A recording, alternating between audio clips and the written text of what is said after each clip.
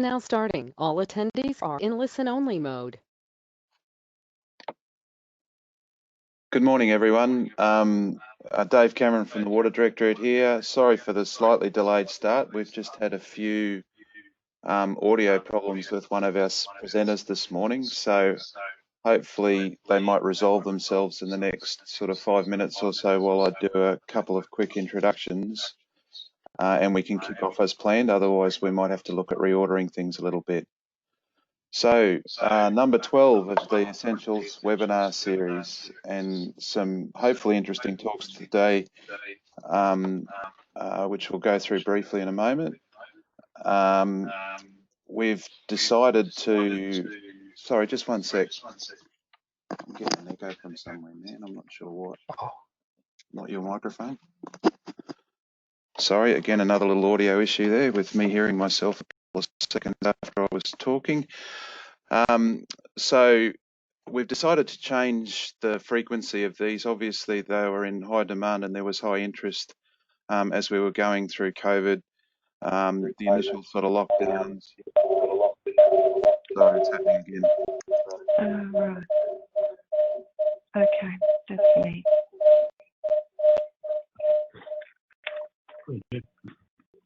God, just...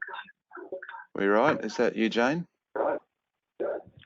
Yes, it's me. Is that okay? That sounds pretty good. Thank you very much.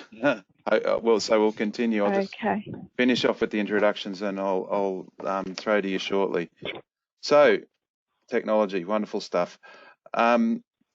As I was saying, we've just decided to scale back the frequency of these now to monthly webinars. They'll be 90 minutes. The next one coming up is on the 20th of August, and acknowledgements to Louise Reeves from our office, who's organised the next 3 speakers. It was advertised in the e-flash that went out yesterday. We've got Jenna Bass from Sunwater talking about their cultural journey. It's a presentation she gave at our skills forum in March, which was extremely well received.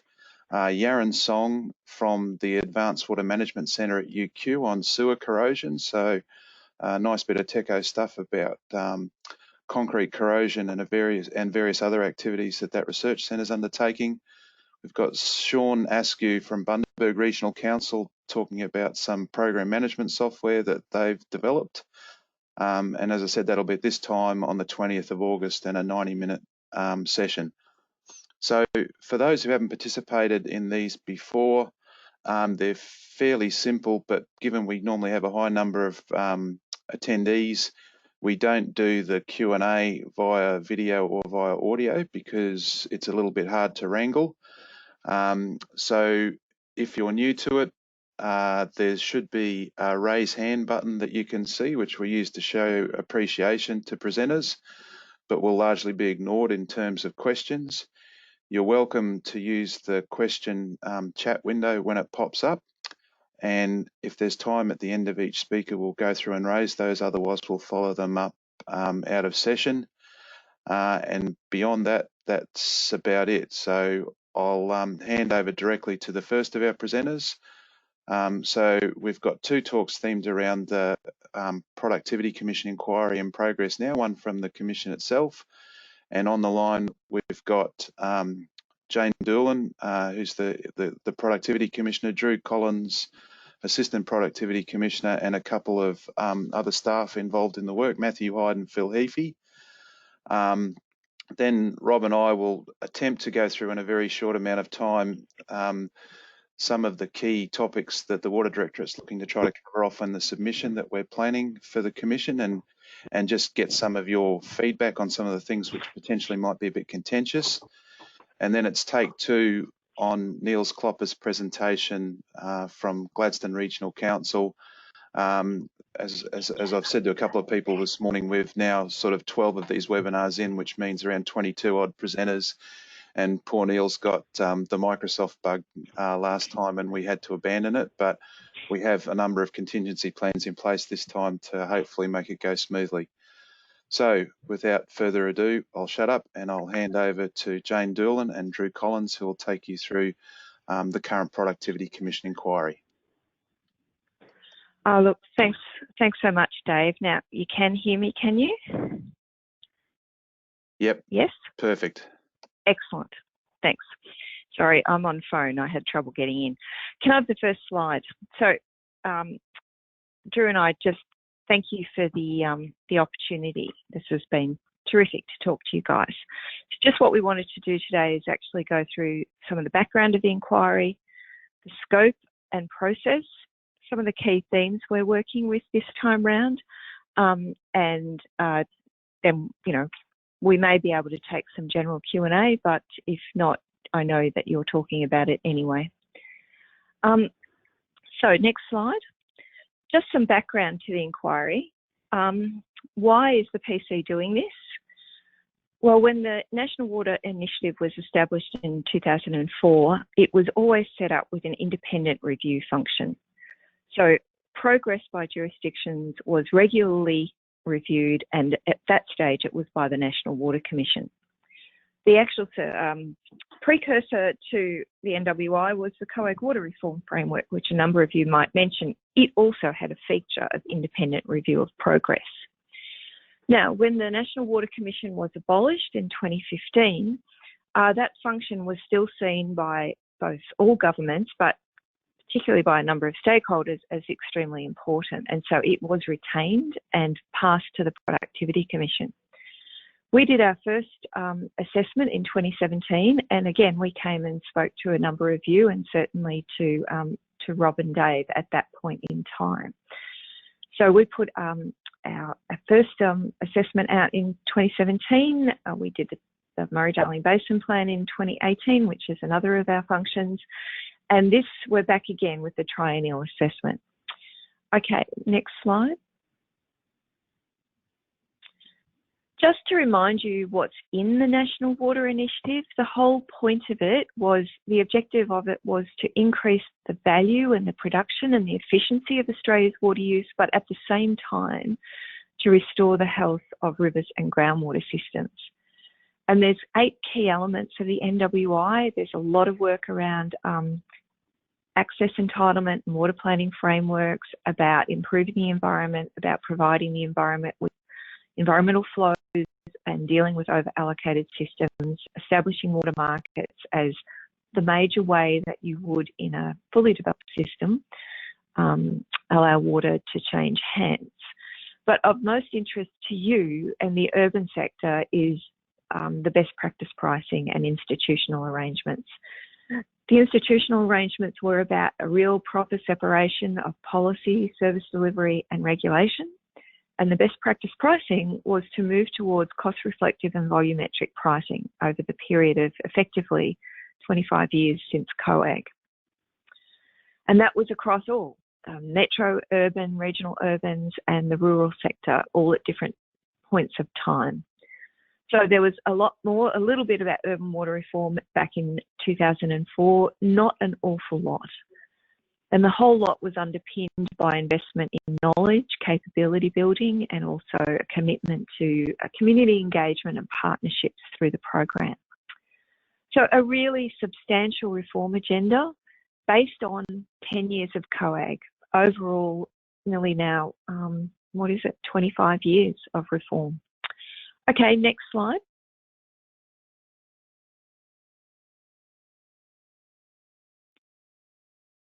So in 2017, we looked at how states had gone effectively against that entire reform agenda. And we found that for the most part, there was good progress by states and territories in meeting the intent and the objectives of nearly all of those elements. There's always some areas where improvement is required or something is incomplete. But for the most part, the NWI objectives and outcomes had been met to a large degree. And reform had delivered substantial benefits. So if you look at trading and you look at where trading's occurred, particularly in the Southern Murray-Darling, which is one of the biggest markets in the world, there are value of entitlements that's provided in flexibility for irrigators during drought, efficiency. It enabled governments to buy water on the market for the environment. So the trading and introduction of that has actually proved extremely beneficial, but not necessary to everybody. So there's been consequences of water moving from regions.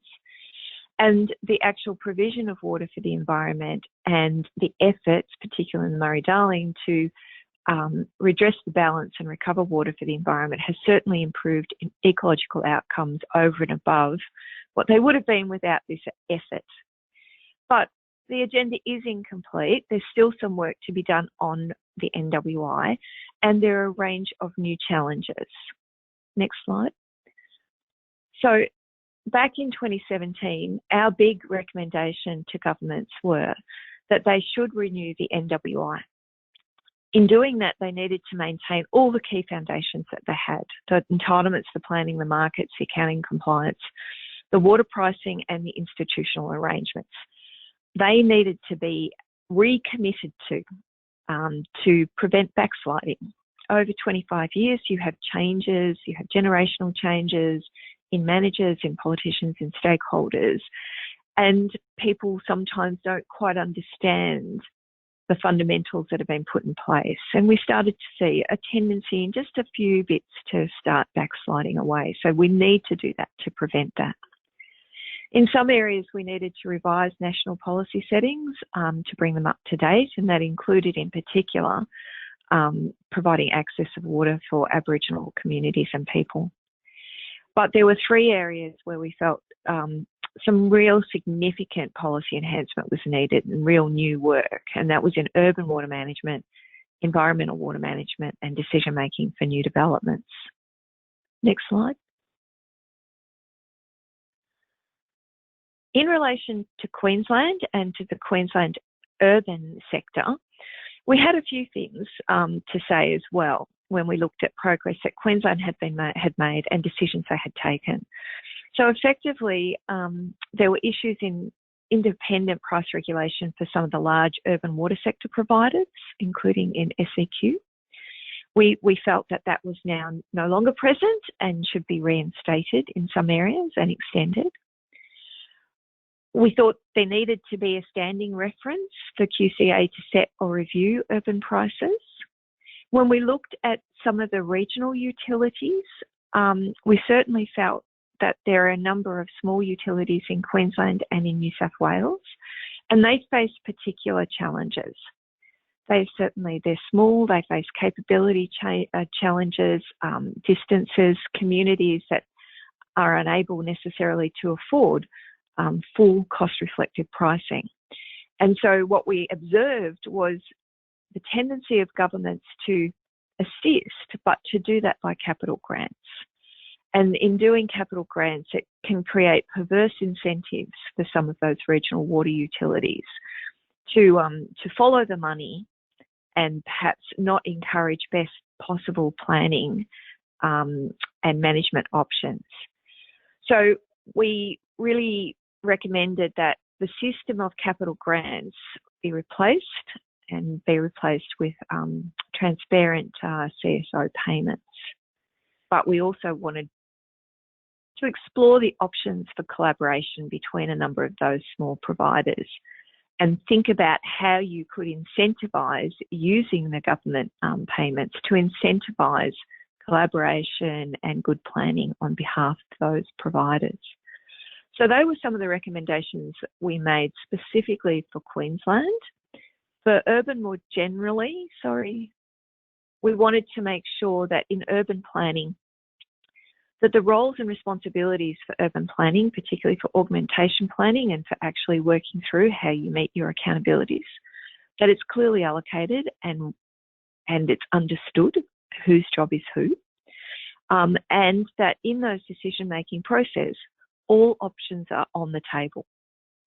So nothing's sort of cast out before you even get to the table. We wanted to ensure that integrated water cycle management approaches are considered on an equal footing with other options, and that whatever barriers needed to be removed to do that should be removed. And then ensuring regulations are cost effective and outcome focused.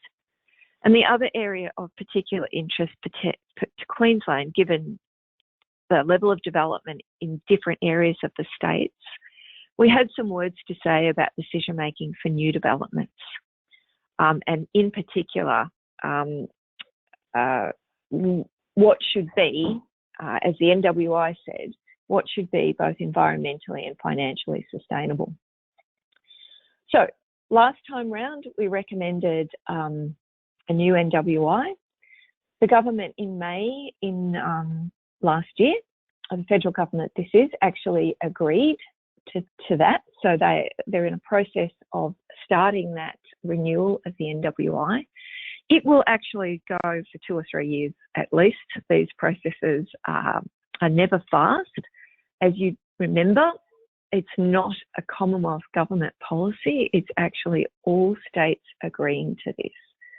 So whilst they can be hard and difficult and takes a long time to get off the ground, the power, though, of a policy that is agreed to by all governments is actually really significant.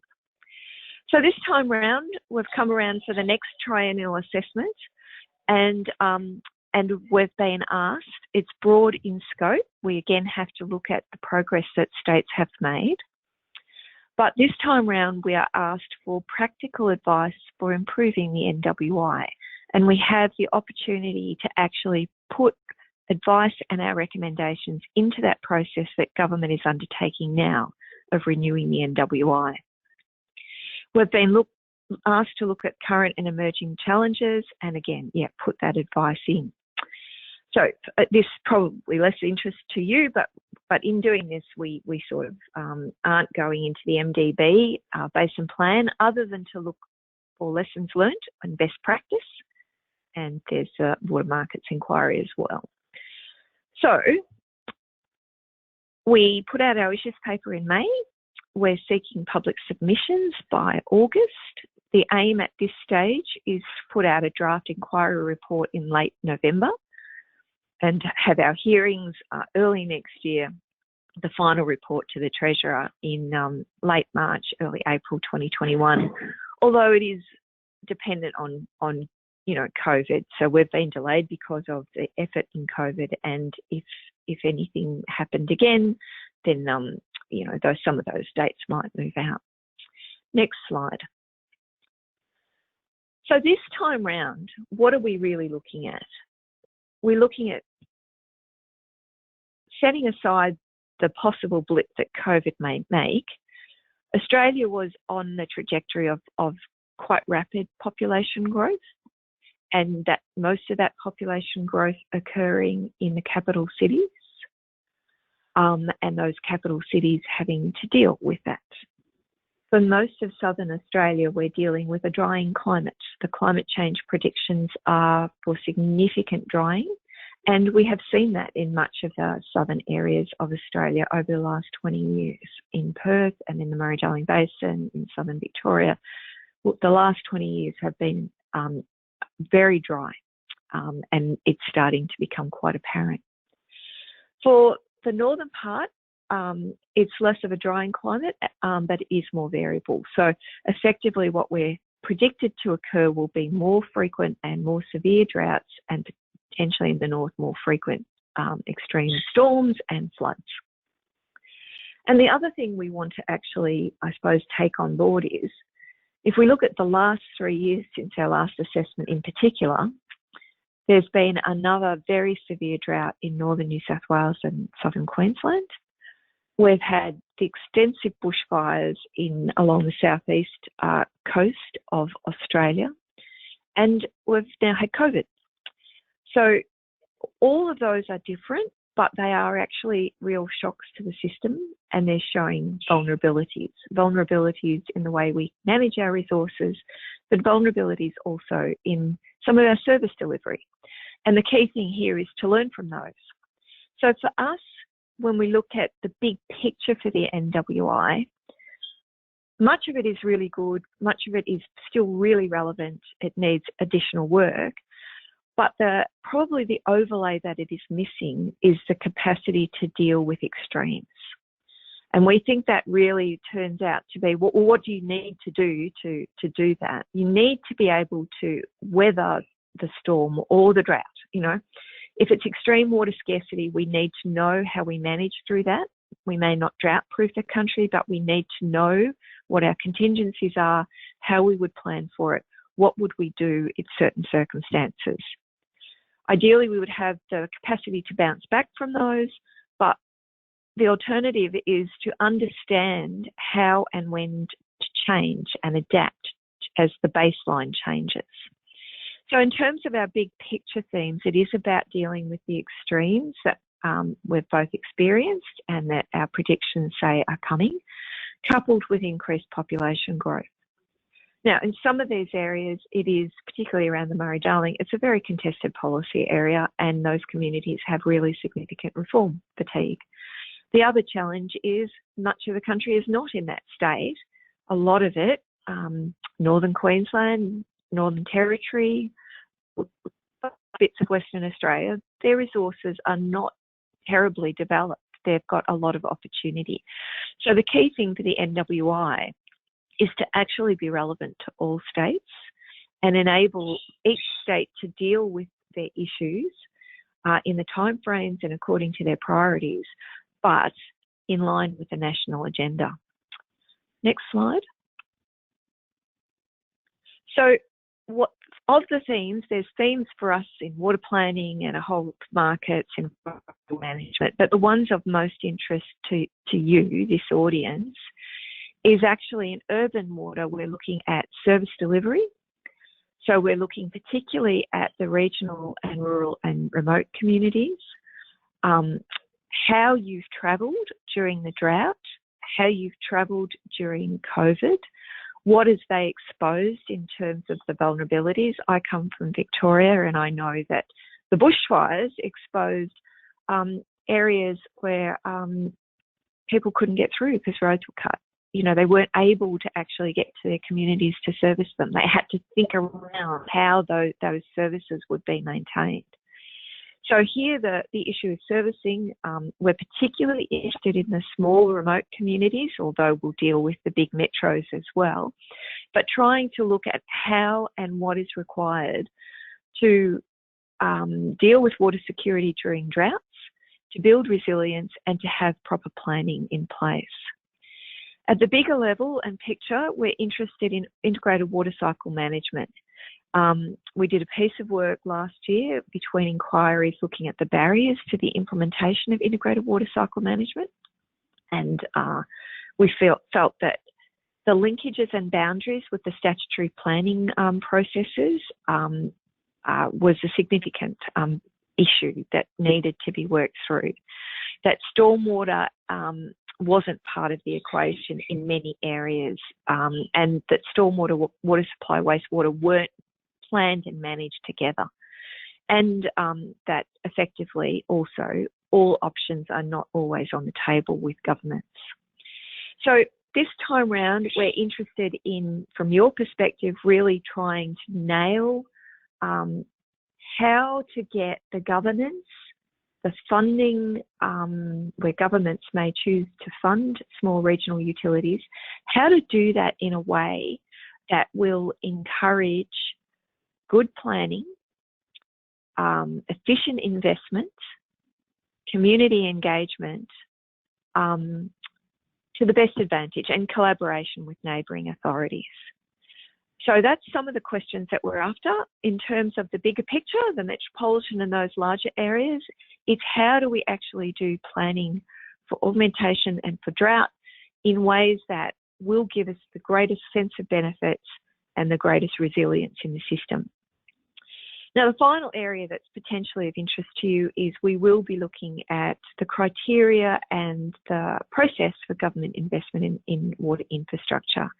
We definitely want to look at how to, if they choose to make those investments, how do we do it for optimal return, and how do we avoid poor decision making, and where we can point to a number of legacies of the past where that has been the case.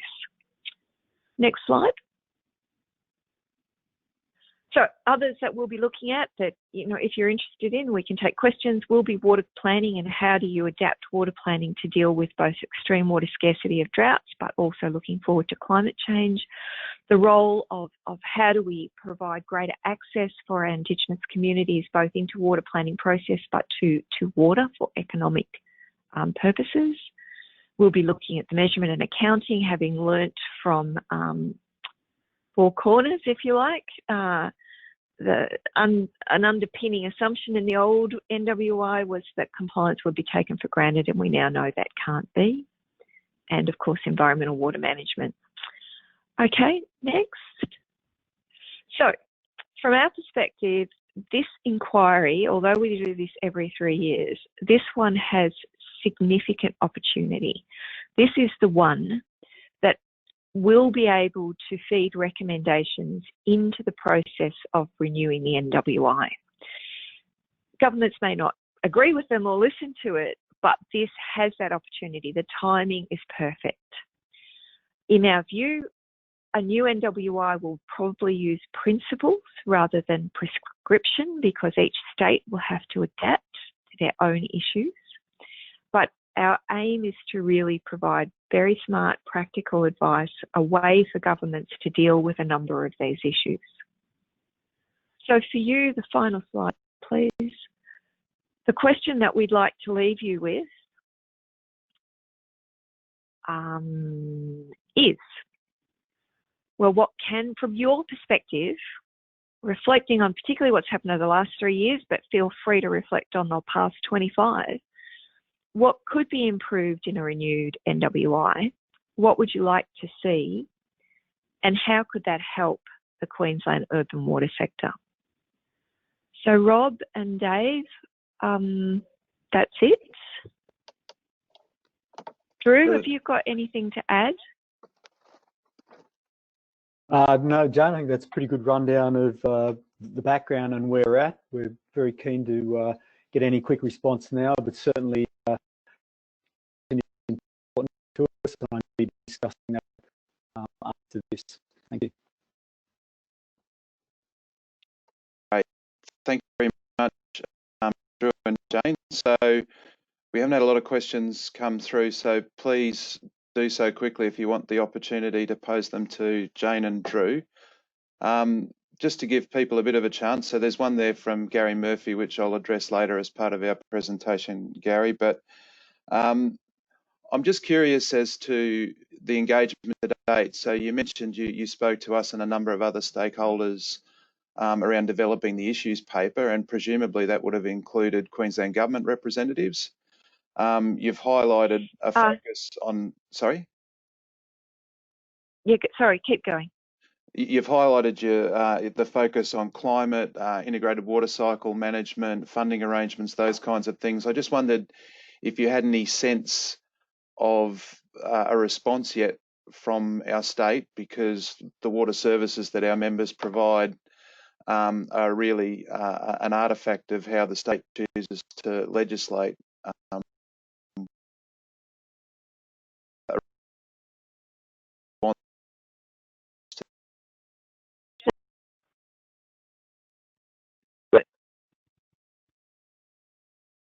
No, not yet. We've had discussions with all jurisdictions and jurisdiction governments.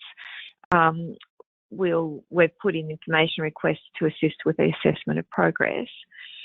But in our discussions with all governments, the issues that are in the issues paper they're acknowledged, and you know, people would see that they are the issues. We haven't yet come up with something that's outside of what we had in there. In terms of a response, we wouldn't expect that at this stage of the inquiry, Dave. So at this stage of the inquiry, it's about seeking information and seeking views. That's from all stakeholders as well as from governments as well. So it's too early for us to tell you, you know, what the Queensland Government thinks. Righto. That's kind of what I expected, but I thought you might give us some tips and hints on body language when you mention certain issues. So I'll pose one more. Body language is a bit hard on Zoom. Could I ask a question, Dave? Yeah, go for it, Rob. We'll do one more, and then we might turn over to our presentation, which will get more into some of the nitty-gritty issues. So yeah, just quickly, we see the chance of a new and improved NWI as an opportunity. Could you just talk a bit more about how that's come about, why it's been, what's happening right now? Sure. So once the Australian government made that decision that they agreed with our recommendations and they would start, there is a national committee, National Water Resources Committee, that is composed of all of the senior water bureaucrats. Under that, that's now commencing pieces of work to start this process. As I said, it's a long process. I was a Victorian water bureaucrat for a long time, and these interstate issues and negotiations do take years. So I wouldn't be expecting anything this side of like 2022. So this is a really good opportunity. Not all jurisdictions have yet agreed to be part of it, but all are represented at the table, and they're all observers. So they're all participating at the moment. Thank you. All right, we've had one member question pop up, Jane, so we might just ask it while there's an opportunity to. So, will there be any investigation into the way financial lines are blurred between water business units and councils? So, an artefact of local governments managing water and sewerage services. This is at the core of water service providers being able to fund depreciation, which is core to sustainable water service providers in a state like Queensland. Look, whether we get right down to that level of detail in terms of our national recommendations, it's not clear to me, but I think we'll certainly be trying to look at that issue in our assessment. Brilliant. All right, we might have to keep going. Please show your appreciation for Drew and Jane in preparing and presenting just by raising your hand.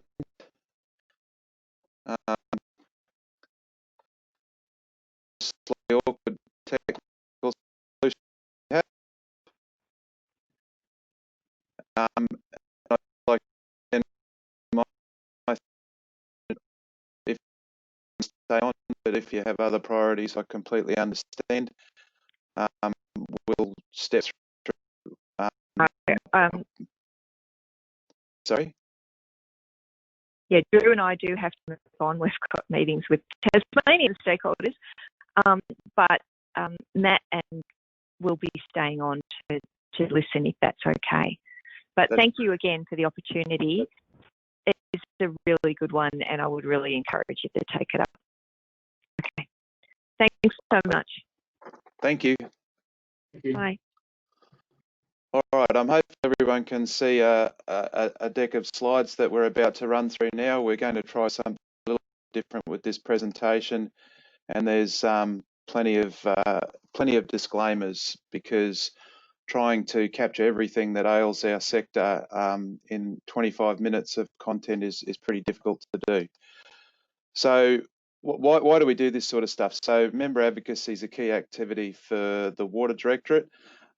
We've participated in each major productivity commission review, and in 2017 we put a fairly significant submission in a response to the final report. We asked members to provide feedback on a draft, and some of the key messages haven't substantially changed, I guess. We took Trevor Harvey with us down to meet the Commission in 2017. I think he was TRG chair at the time, or he's certainly still involved with the TRG at that stage. And whilst the Jane's presentation reflected state progress broadly against national water initiatives as being significant over the last little while, or certainly up to 2017, you could argue that there's some significant deficiencies in the urban water sections of the initiative and of the recommendations in various PC reports. So we're trying something a bit different this time. Rather than just distribute a draft and probably get feedback from one or two regular members, we thought we'd just throw some ideas out through one of these sessions and see how it went. So Queensland's an amazing place in terms of its diversity. If you haven't seen these sorts of talks or statistics before, our members range from 75 connections up to over 600,000. So there's some common issues. We're all about providing safe drinking water and environmental stewardship in our sewage services. But you've probably got a flavour from Jane's presentation that much of what's in the issues paper that the Commission has produced is probably going to be focused on the smaller end of town. So the approach we've decided to take is to just try some slightly different technology. If you've been involved in these before, we've done polls as part of the GoTo webinar system. If you've been to our regional events before, you will have seen software called Poll Everywhere, which you can use on your phones and tablets if you've got them handy.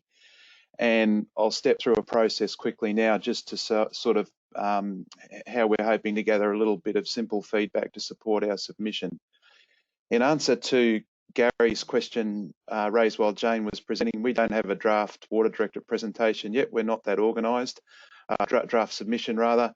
But I guess in terms of providing questions or providing feedback as part of this process, we're keen to see how interested people are in providing input to that submission. At this stage, I imagine we will provide a draft, but it'll be a fairly quick turnaround required for comments, and we're hoping to capture key issues from the chat from this session to contribute to what we put in there. Okay, so if you've got a phone handy and you can open a browser in it, you just need to go to pollev.com/qldwater. If you have IT impediments, or you have a more low-tech type brick, you can still participate in the polls by SMS, and the numbers up there on the screen. You basically need to SMS once to join the poll, and then after that you can just text answers, so A, B or C, to the questions that we raised. What we're going to do is present 5 issues and a position on each issue. So it'll start with a provocation, which is something fairly radical that you could say if you really wanted to get stuck in and say something dramatic about the sector in a submission. We'll explain some rationale, and then we'll present what our likely position is going to be for a submission. And you'll basically be voting on that final or proposed position. So you'll be saying whether you think it's probably about right from your experience, whether we're being too conservative or too radical. And it's the same process for each of the 5 polls. But we're hoping you use the chat function as well throughout to throw up your ideas or to argue with us about things. So everything links to our roadmap, which is still in production but getting significantly closer, or certainly a cut down version of the document. It's planning that we've undertaken over the last sort of 18 months or so, with feedback being sought at each member event that we run, just to basically hone it down and determine key issues, and certainly our annual forum in 2019. When you actually look at the key issues paper that the Productivity Commission has produced, there's fairly strong alignment with the information that's currently in the draft roadmap document. There's strong alignment around a bunch of key issues, including those regional issues and strategic investment for the sector and regulation. And there are some other ones there that we'll try to tease out a bit more significantly in our submission to draw attention to them. All right, so I'm going to hand over to Rob shortly, but I'll just give you the high-level snapshot of what's in the position paper that's of relevance to urban water. So Jane mentioned those, key issues, I guess, or key recommendations from the report that was published in 2018. And when you actually look at the issues paper itself, it's about monitoring performance of jurisdictions, existing gaps in the National Water Initiative, effectiveness of planning. So the issues paper is expressed as a set of 13 questions that you're asked to respond to, but this is a sort of a distillation of those 13 questions into key topics. So it's about institutional arrangements, structure, pricing, small and remote providers, progress against report priorities, and how we should be handling or how we should be developing a new national water initiative if we should be doing it. All right, so I'll hand over to Rob to tackle the first of our 5 topics that we're going to ask you about today, and that's institutional models. So I'll go quickly through this because you've all heard a lot about institutional models over the last few years. So everyone knows there's been a lot of reform in other parts of Australia and in parts of Queensland as well. There's the size and regional scope and scale, I guess, of those entities has led to more maturity and a lot of people would argue for better services to customers. But we still have a lot of small schemes. We have 370 schemes across Queensland and probably 25 of the smallest utilities in the country. Not saying that they're all bad or wrong, but it's much more difficult for them to deal with the challenges facing the water sector. So every few years, well, every year there's a review nationally that says that we need to reform. It's not just the training assessments of the Productivity Commission. There's a whole lot of others there, and I've just put a web page there if you want to get more information. Clicking through. Sorry, I'm not controlling the slides. We're doing in different rooms. So the summary of from the past Productivity Commission report was that there was some regionalisation happening through QRAP. 18 of 50 smaller providers were involved. That it was judged as needing more work, I guess. The program has been successful since then, but it is limited because it's a voluntary program, and regionalisation isn't the first thing on most councils' to-do lists. Next slide, please. So sorry, Rob, we're missing a little bit. Image. Oh, that's it. Yeah, sorry. Yeah, so I just put the text in there in case this happened. That's cool. So just very quickly, the way that QRAP works is looking at maturity of regionalisation from other jurisdictions, from other countries and elsewhere in Australia, making a bit of a model or a hierarchy there, and funding the groups, the QRAP groups that are funded in any projects or activities that might move them along that maturity model towards alternative regional arrangements. So we'll keep going. So we've put a provocation for each of the 5 topics, supposed to be provocative, obviously, maybe a little bit controversial. So we're suggesting that we're facing sustainability and investment crisis, and there's going to be increased strain funding, particularly with COVID and all other sectors. Those have been triggers for forced reform. We're suggesting that we need reform driven by the sector through analysis of what the positives and negatives might be, that sort of a SWOT analysis. And that probably regional models need to be rolled out. Not suggesting that the SEQ DREs is the exact right model for all of Queensland, but just using them as an example or a case study. And if you can't have a regional corporate entity running your water owned by local governments, that you need to be looking at alternative models that are at a regional scale. So that's the provocative statement, and the final slide is just a bit of a statement of the position. So I'll go through these very quickly. These are from our roadmap. First, take advantage of economies of scale. I think that stands for itself. Regardless of how distant and remote communities are in each region, they can benefit from economies of scale. The next dot point shows one of the key ways that can happen through better infrastructure planning and management. We've seen through QRAP regions and other regional initiatives that planning is often more thoughtful and more projects further into the distance when it's done at a regional scale, just because of increased capacity and capability at that level. The next one is distinct strategies for struggling communities. So small communities are always going to have trouble being sustainable for water and sewage. Providing modern water and sewage services is costly, and probably too costly for many of our small communities. They just don't have the rate base to cover it. We need objective decision making rather than decisions forced by politics and the political cycle. And we need a link to national advocacy and the work that's being done at a national scale by groups like the Productivity Commission, but also by WASTA and other areas, looking at how we can work, we can learn from models elsewhere in Australia and elsewhere.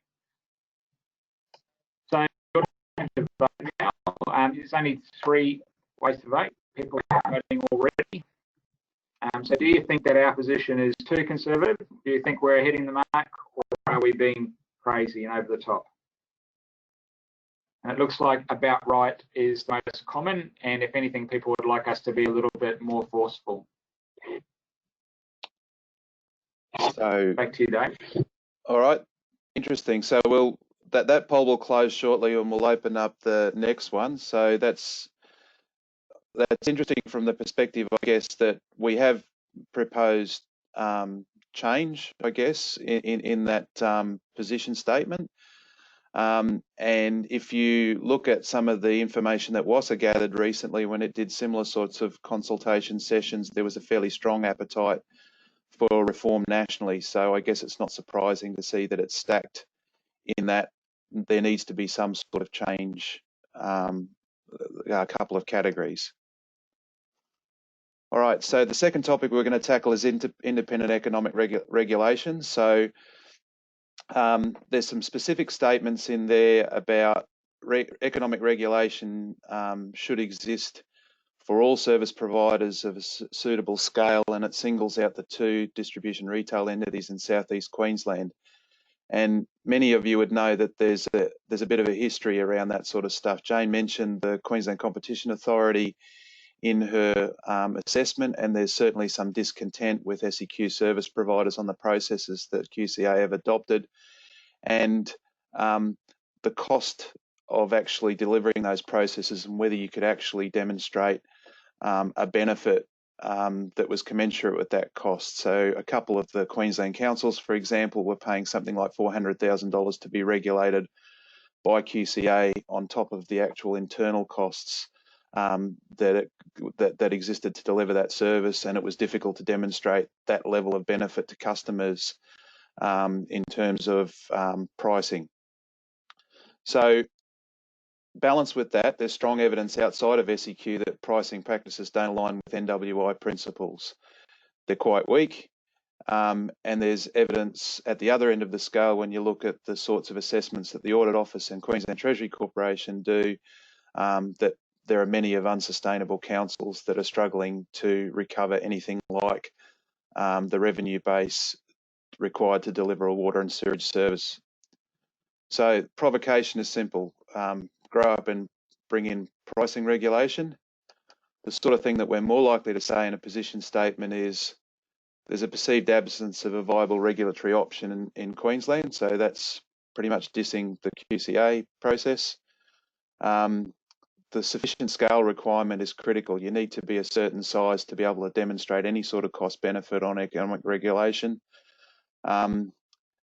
This can't just be done in isolation. You need to actually address the prior issues, the reform issues, the institutional issues before you can really consider it seriously. And we need to do a fair bit of work as a sector to become ready for it. So we'll also say that it's not just about the state not regulating us appropriately. It's up to service providers to look at their own businesses, to look at their own cost structures and efficiencies, and actually make some effort towards demonstrating their attempts to address customer needs and sustainable and appropriate pricing mechanisms. Right, so over to the poll. Looking remarkably similar to the last one, although there's a bit more. Oh, hang on. Now it's definitely looking remarkably similar to the last. And now we're being too conservative. All right, so you can go mad watching this stuff. It's interesting that the radical position's completely eroded and we're left completely in the A and B category, so we can potentially beef up some of those statements.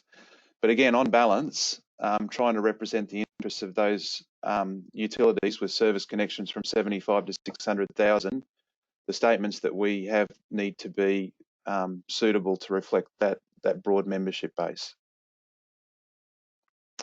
All right, thank you for your participation. We'll go on to topic 3 now, which is investment. I think this one's mine too, Rob. So I wanted to have time to ask Jane about the CSO statement. So it's been made in a couple of PC reviews before, and there are community service obligations recognised in other jurisdictions in Australia. And I don't think there's a strong understanding in Queensland of what that means and how that actually might replace a capital grants program. But essentially, it's something to do with recognising need, having a clear infrastructure pipeline, having a balanced assessment and an equitable assessment on what requirements are, and not actually having a competitive grant program. So you all know that these things exist outside of SEQ. I've just put some of the acronyms there for your edification. Works for Queensland is probably the most significant at this point, and there's a COVID version that's been introduced as well. They don't just fund water and sewage services, they fund the whole gamut of council services, and so competition doesn't just exist across the grant spectrum, it exists within councils in terms of providing services. So we would say that the existing programs don't really take advantage of the potential for regional collaboration, and the issues paper specifically asks whether there are evidence of infrastructure solutions that are not fit for purpose. And we get out and about a fair bit, and I can say quite clearly there are.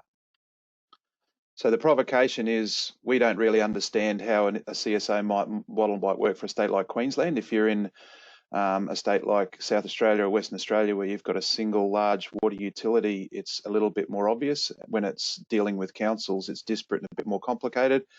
But our provocation is that the grants model is probably broken, and a CSO model might be worth a crack.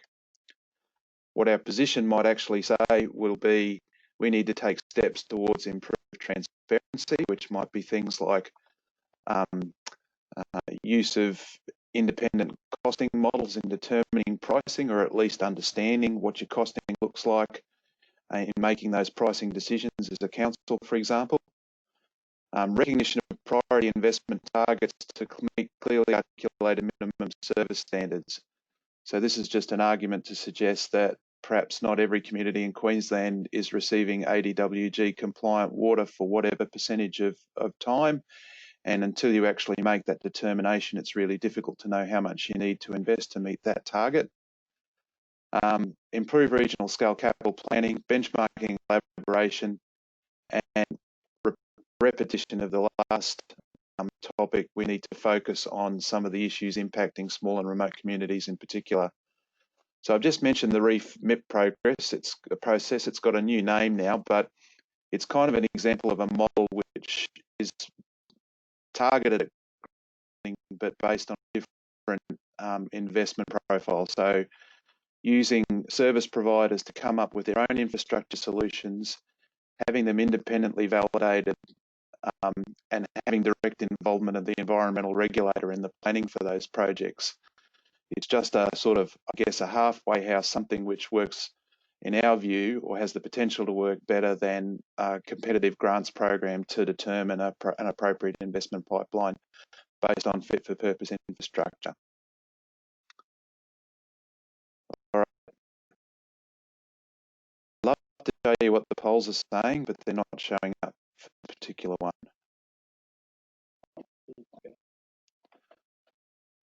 So Ron's got them up on the screen.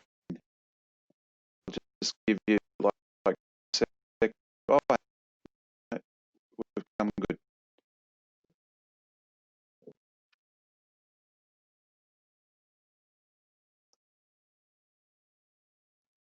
All right. I won't wait for it to load, but basically Ryan's screen is showing that about right is 57%. Too radical is something significantly smaller, and the too conservative is about 37%. Okay.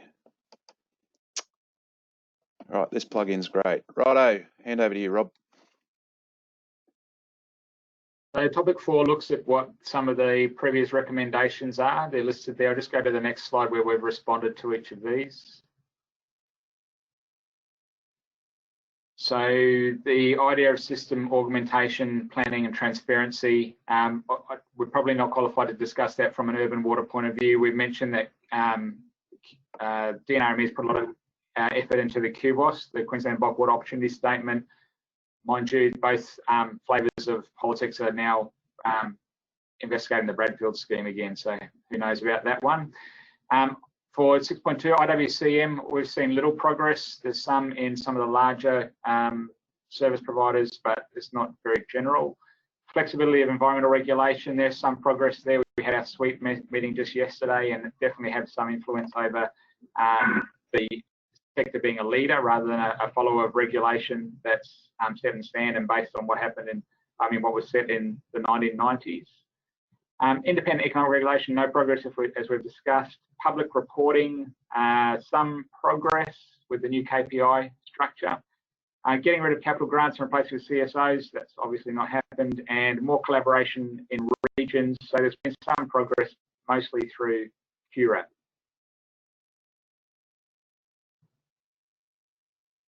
So our position is based on the poor performance that we'd suggest from the last slide, is that we need a stronger performance monitoring focus, noting that the NPR seems to be dying a little bit. The KPI structure in Queensland has been good, but there's been little review of the indicators despite the plan to be one, and there still hasn't been a formal release of the data in any interpreted manner from the department. The performance monitoring of state and territory governments is our way of saying that while the sector is monitored, the performance of the regulators themselves doesn't seem to be monitored, and there's a lot of variation across the states, which doesn't seem to be explained entirely by the need for differences across states. We are wondering whether the COVID-19 response from Queensland and from other states could be reviewed, and we could look at the positives that came out of that and are still coming out of that, and some of the things that could have been done better, and that might help inform how we do a better performance monitoring of jurisdictions. So the poll.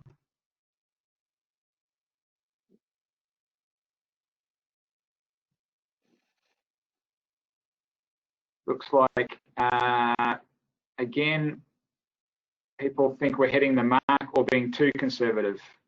Some bolshy people out there. Good to see. So our provocations are being seen as weak, Dave. Need to go harder. So the final topic, just in the last couple of minutes, transparency and public reporting. This links to the previous one. So we mentioned that the KPIs, they're useful for benchmarking within the sector because they know what they're talking about, but maybe not ideal as public summaries. And as we said, any report from the state's KPIs have yet to be made from recent years. The DWQMP reporting is getting better, but it's not really something that your customers are going to be looking at in most cases.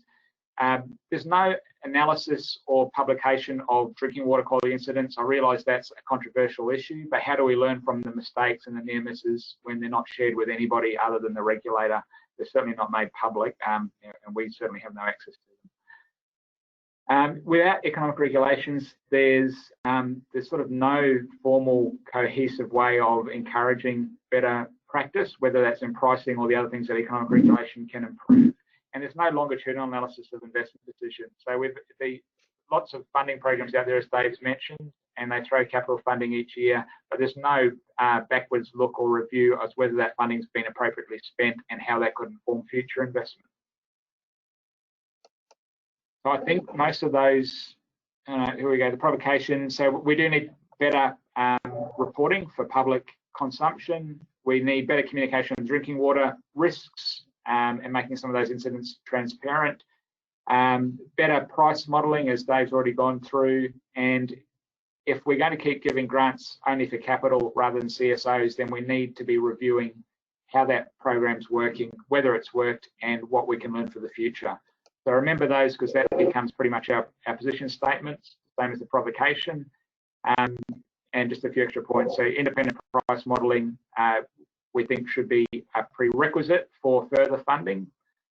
Service providers should be able to access expertise and resources, possibly at a regional scale.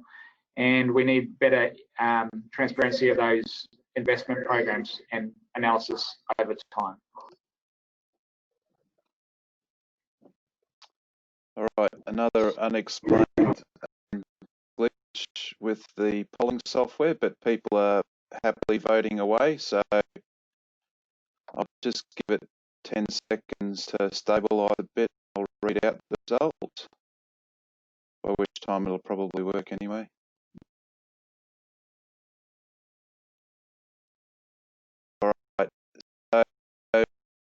is showing about right as 67%.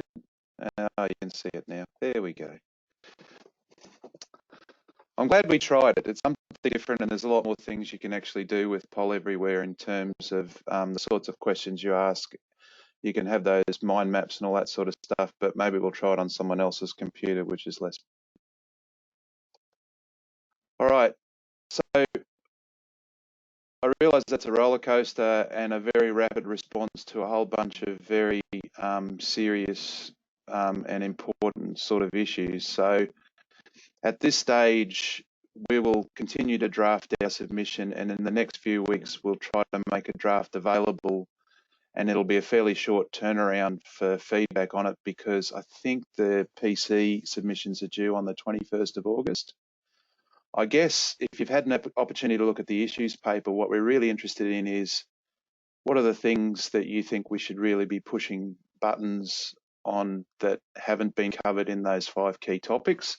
Some of them we may already have thought about, but didn't think we could fit in here, obviously, because we've already run out of time. Rob made the throwaway line that perhaps we're being a bit too conservative given the weighting of the polls. You could also argue that the people who are most inclined to participate in one of these webinars and these polls are probably the more bolshy people in the industry. So if you look at the breadth of our membership, we probably need to tread a little bit more of a conservative line. But again, if you feel particularly passionately about an issue, we'd really like to get that sort of feedback and get it incorporated, because even if we don't express as a water directorate's position, the joy of these polls is you can say, here's a poll, here's a result, and this is what our industry thought about this, or this is what this subset of our industry thought about this. And it just means that there's sharing the risk of those sorts of bolshy statements, I guess. So we've not been overwhelmed with questions on the line, which is probably good because we're essentially out of time. We haven't posted them, so there's a bit of discontent with some of the statements that were in the earlier reviews, is probably the most diplomatic way to put that one, Shawnee. Need strong report to keep regional communities viable and close the gap for Indigenous communities. So I couldn't agree more with that statement.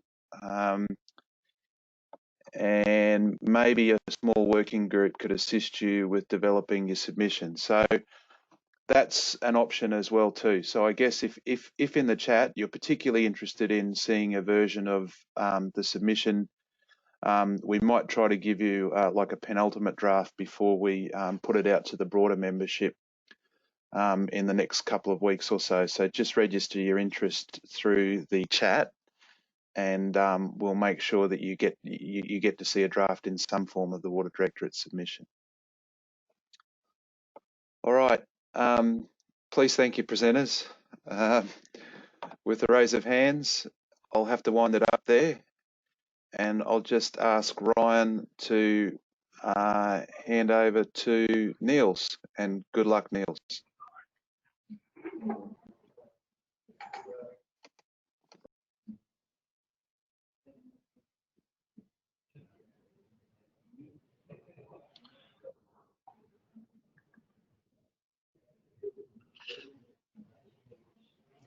Good morning. Can you see my screen? We can, Neels. It's the version that I can see is the presenter view screen, but that's fine. I think in the interests of how we know things can go pear-shaped, it might be just best to work off that one. So it's the one with the black outline and the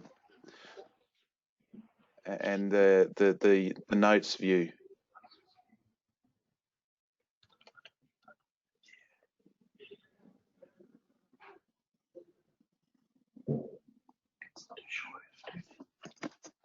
All right, we can start. Thank you very much for the opportunity to discuss how GRC is managing the current CCTV data, and also looking at current solutions that we use for relining. Just a quick overview of our location and the current infrastructure in in Gladstone Regional Council. We have 8 wastewater treatment plants. Our gravity sewer mains, 636 kilometers. Sewer manholes, 13,730, and sewer connection, 20,500. We've got different industries in towns. It's a major port that's responsible for import and export. The Curtis Island LNG plant. We've also got the Wiggins major coal export, the energy power station, and QL and Boyan smelter. Data, that's one thing that a lot of people, I think, struggle with, is how to manage data. So GRC has a dedicated CCTV van and crew and collecting data 7 days a week, 10 hours a day. 2 crews working a roster to collect the data. The works include the CCTV conduit inspection of the mains, cleaning the mains, and reacting to sewer blockages and overflows. GRC has collected CCTV data in the last 7 years of the sewer network. And the data was captured and stored on different drives, internal, external hard drives, and sitting in drives, in shelves, in hard copies. So we really struggled with our data, how to manage the data. If we just want to have a look at the amount of data, we have over 400 gig of data, and it's increasing by 8 gigs a week. If you take into account the amount of data, if you want a council officer to watch these CCTV footage, it would be like them watching Netflix movies for approximately 970 days, more than 2.5 years just to view the footage. So it's a lot of data and a lot of information that you need to review. So what was the problem? It was quite a frustration for us to come up with renewal programs that was due for each and every financial year. We were running around trying to find the latest data. Where was the files? Where was the information? Which mains needs to be relined? What were the defects we need to repair? What was a priority? Which mains were the critical ones that we want to reline? And what was the cost of relining? The other issue was that we had some major sewer collapses in the region, and some of these collapses has cost us up to $500,000, depending on the location and the depth of the sewer main.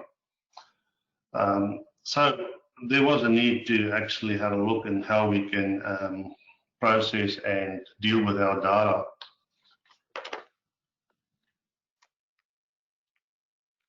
So with the data collected was not displayed in a usual or a friendly format. The information was not spatially displayed in any form, and we will not be able to distinguish between what was remedial works and what was renewal works.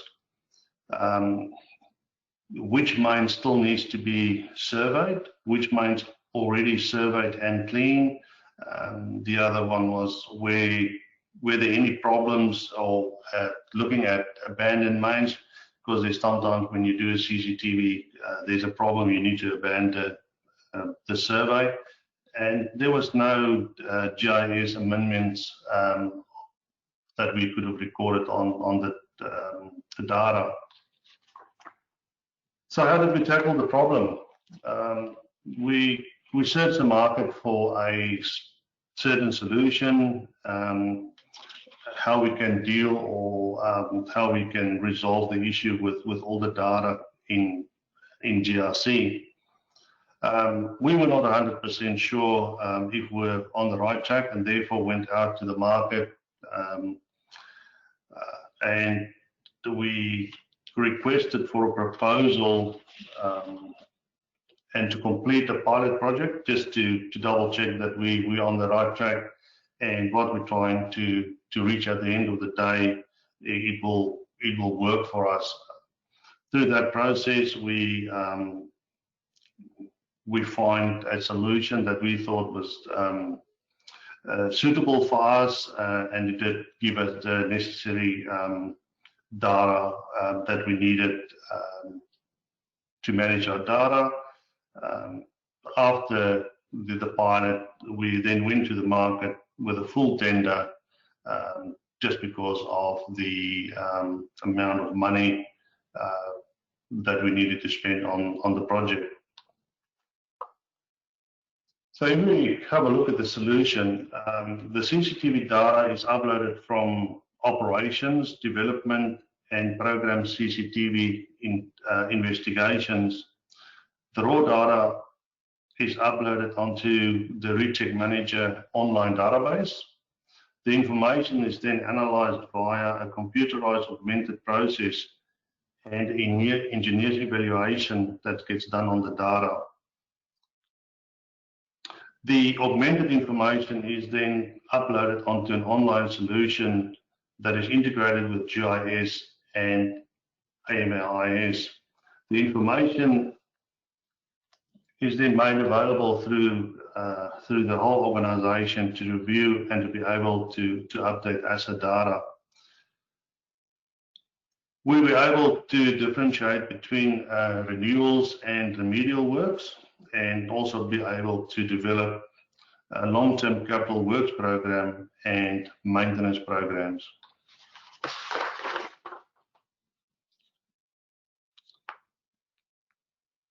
With the solution, the information is now spatially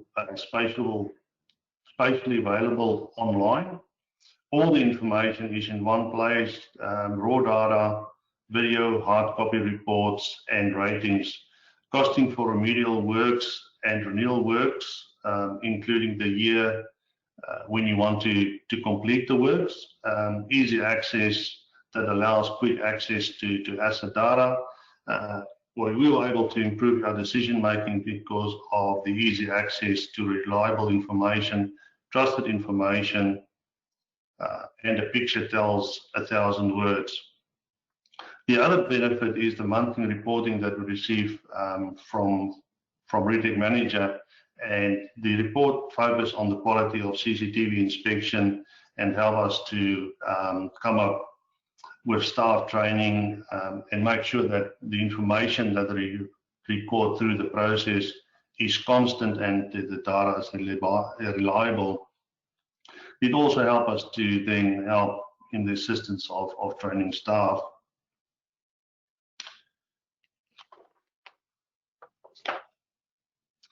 So that was a focus on the CCTV inspection for our sewer mains. Our next step was actually to see how we can improve on other assets such as maybe stormwater, manholes, and smoke testing. So we are moving forward with this online solution, and we are currently, or we engaged with Recheck Manager on a second contract for another 3 years. And we're going to include smoke testing, the sewer manhole inspections, CCTV inspections in evaluation for our stormwater manholes and mains. The benefit is that the sewer and stormwater is now spatially available and in one place, and it helps us to make more informed decisions. The approach has saved GRC a substantial amount of money, as relining of sewer and stormwater mains are a fraction of the price in comparison to excavate and replace broken sewer mains or stormwater mains. The current remedial solutions that we used in GRC. We had completed 3 contracts. We had used the AM liner, fault and form PVC liners, the expanded full bore spiral called PVC liner. And with our manholes, we're currently on a trial and we have completed 12 manholes and replaced it with plastic manholes. So that's a trial. We also used epoxy coated manholes. They were not that successful, and it will be good to hear from the panel what type of relining solutions other councils are using in the remedial works. Thank you very much for your time. It was appreciated. Righto. I won't put my camera back on, but thank you, Neels. Please raise your hand in appreciation and take some time to throw some questions in the box. So Neels was doing this presentation not just to talk about what they've done, but also invite ideas or leads for how they might address some of the issues outlined in the presentation. Just while people are typing away there, mate, I just thought I'd chuck in a question. So I had cause recently to have a look at your system leakage information reported through SWIM as a result of an inquiry, and the improvement over the last couple of years has been spectacular. So I was just wondering whether you wanted to comment on how much of that you'd attribute to the different aspects that you've outlined in this program, how much it's actually due to the technical investigations and real leakage investigations versus is it just about the improvement in the quality of the data you've been able to gather and analyse and all of that sort of stuff? Did you want to comment on your leakage? Yeah, I think there's maybe 2 things. The one is really get a good understanding of your infiltration, and we acknowledge that it's quite a big issue for us, and that's why we started looking at bringing in the smoke testing, because I think what we've picked up in previous contracts that we completed in smoke testing is that you've got, I believe, a bigger inflow from broken manholes and illegal connections than actually getting infiltration through your manholes and your sewer mains, although it's a contribution to the inflow. But I think you can, in our data, you'll be able to see that after a storm event, you get that huge peaks and then it goes down. So it shows you that there's a lot of infiltration, and that's why we started this process is to be able to reline and start fixing these infiltration issues. All right. Okay, I was looking at a water indicator. Sorry, mate, but that's all right. That's still on topic. Couple come through, so please keep asking questions or make suggestions. So what do you mean by plastic manholes? Is one question. Do you mean PE? Yeah, so it's a PE. It's about 12 millimeters thick, so it's got a structural integrity to it. So it's a little bit smaller than your normal size. They comes in sections, and they actually weld them on site, and then they get installed. So they've got a structural integrity. So we're testing them at this stage. All right. Only one more at this stage. So it's a comment about manhole rehabilitation. So I'll just read it out. We had poor results from epoxy and manholes and are using similar relining methods for manholes. It seems you have some inserts in your benching too. Question. Yeah, so with the plastic mantle, the whole the existing mantle gets relined with a PVC or the poly plastic material. All right, a couple more coming through. You might have said it, but what do you estimate the saving of relining versus replacing the pipe after failure is? 10%, 20%, 40% or higher? Oh, it's very high. We, as I mentioned in the presentation, you can reline, I would say, 100 meters for approximately $30,000. If you need to go and excavate it, depending on the depth and the location, some of our replacements cost us $500,000. So it's a huge difference. Okay. And how are you making your decisions on what you reline? Is it based on age or condition or both? This is where this process is helping us. So it uses a number of factors. Through this augmented process that we use, we then come up with the priority of relining. So it's not just age and condition.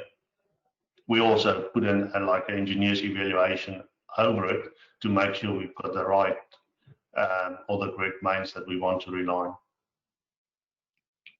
Excellent. All right. Thank you very much. I don't have any more questions that have come through, Neils, so we might actually wind it up there. So really appreciate you taking the time to prepare a presentation, and I'm glad the technology held up reasonably well for you this time. So these sorts of presentations I really enjoy, and it's what we try to focus on when we do regional events, for example. So I'm sure many of you are tired of hearing me saying I don't really get that interested in the new bright and shiny bit of kit. I'm way more interested in the journey to making the decision and some of the warts around project management and some of the issues you experienced on the way, because I think people learn and are more inclined to share experiences when you've got those sorts of stories. So really appreciate Neils giving the warts and all version, and if you've got any other suggestions or leads that he might be able to explore in developing this work on an ongoing basis, then please flick them through and we'll pass them on. I'll just do one final plug before winding up. So I mentioned at the start, it's 90 minutes ago, and there may be some new people that the next webinar that we're going to hold is on the 20th of August. We've got 3 presenters, 90 minutes. Jenna Bass from Sunwater talking about their cultural journey, Yaron Song from the Advanced Water Management Centre at UQ on sewer corrosion research, Sean Askew from Bundaberg Regional Council on their program management software. Hopefully our COVID situation won't change dramatically in the next couple of months. There's actually a couple of other events that we're planning in September and October. There were details in the e-flash. Probably the one that everyone can participate in is the taste test. So Segura are our sponsor this year. We're setting up a process on the 10th of September where we're hoping that people will take the time to have a coffee break in their room or a beer or whatever and join us for a bit of trivia and a taste test with a panel that'll be hosted at our offices here. It sounds lame when I describe it like that, but we're running out of time. Trust me, it'll be awesome.